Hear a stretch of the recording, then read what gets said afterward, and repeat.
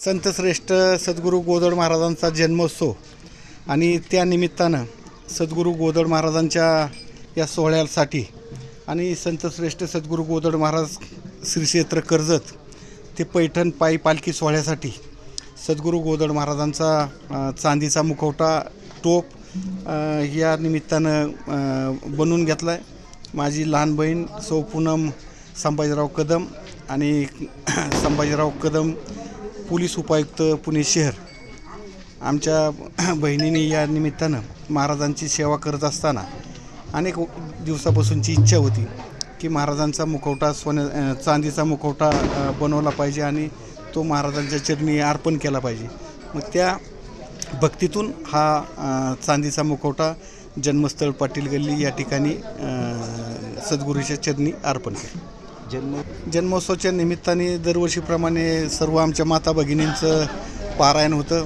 पारायणानंतर बाकीच्या ज्या भक्तिमय गोष्टी होत्या त्या होत्या। रोज संध्याकाळी भजनाचा कार्यक्रम अतिशय चांगल्या पद्धतीने होता आणि ज्या आमच्या माय माऊली भगिनी आहेत की ज्यांनी पारायण केलं आणि पारायण करत असताना दरवर्षीप्रमाणे महाराजांच्या कार्यासाठी लागणारी जे काम आहे ते प्रत्येक काम आमच्या ह्या सगळ्या भगिनींनी अतिशय चांगल्या पद्धतीने केलं आणि त्या पद्धतीनंच इतर जी काही सेवा आहे इतर जे काही काम आहे ते प्रत्येक काम या सगळ्या आमच्या भगिनींनी अतिशय चांगल्या पद्धतीने केलं आणि दरवर्षीप्रमाणेच कोणाला सांगावं लागत नाही मनाने ह्या सगळ्या गोष्टी महाराजांची सेवा म्हणून ही सगळी मंडळी करत असतात। अशाप्रमाणे 12:05 हा कार्यक्रम झाल्यानंतर 12:30च्या दरम्यान पंगत सुरू होईल।